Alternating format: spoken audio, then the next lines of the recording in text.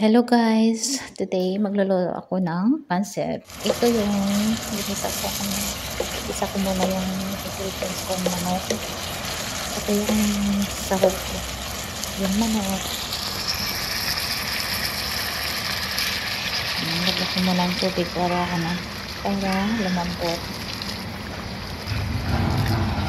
Kasi kailangan ko ito yung sabaw na mamaya.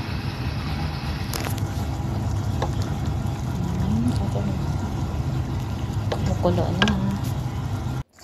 Lagyan muna natin yung carrots.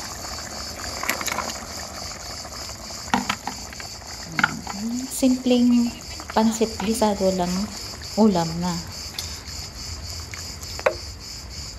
At saka ilagay yung beans.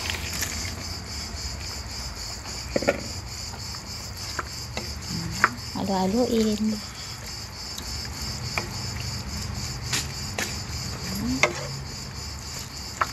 Saka yung repolyo.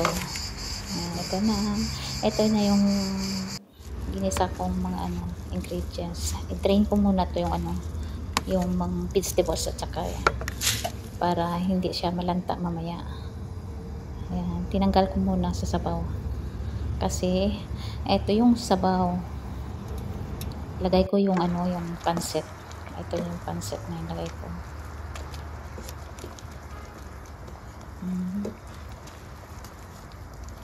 At saka ilagay ulit yung na-drain kong vegetables.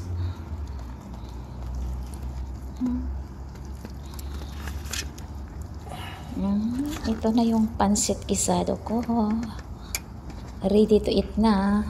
Ayan. Kainan na tayo. Kain tayo guys. Thank you for watching.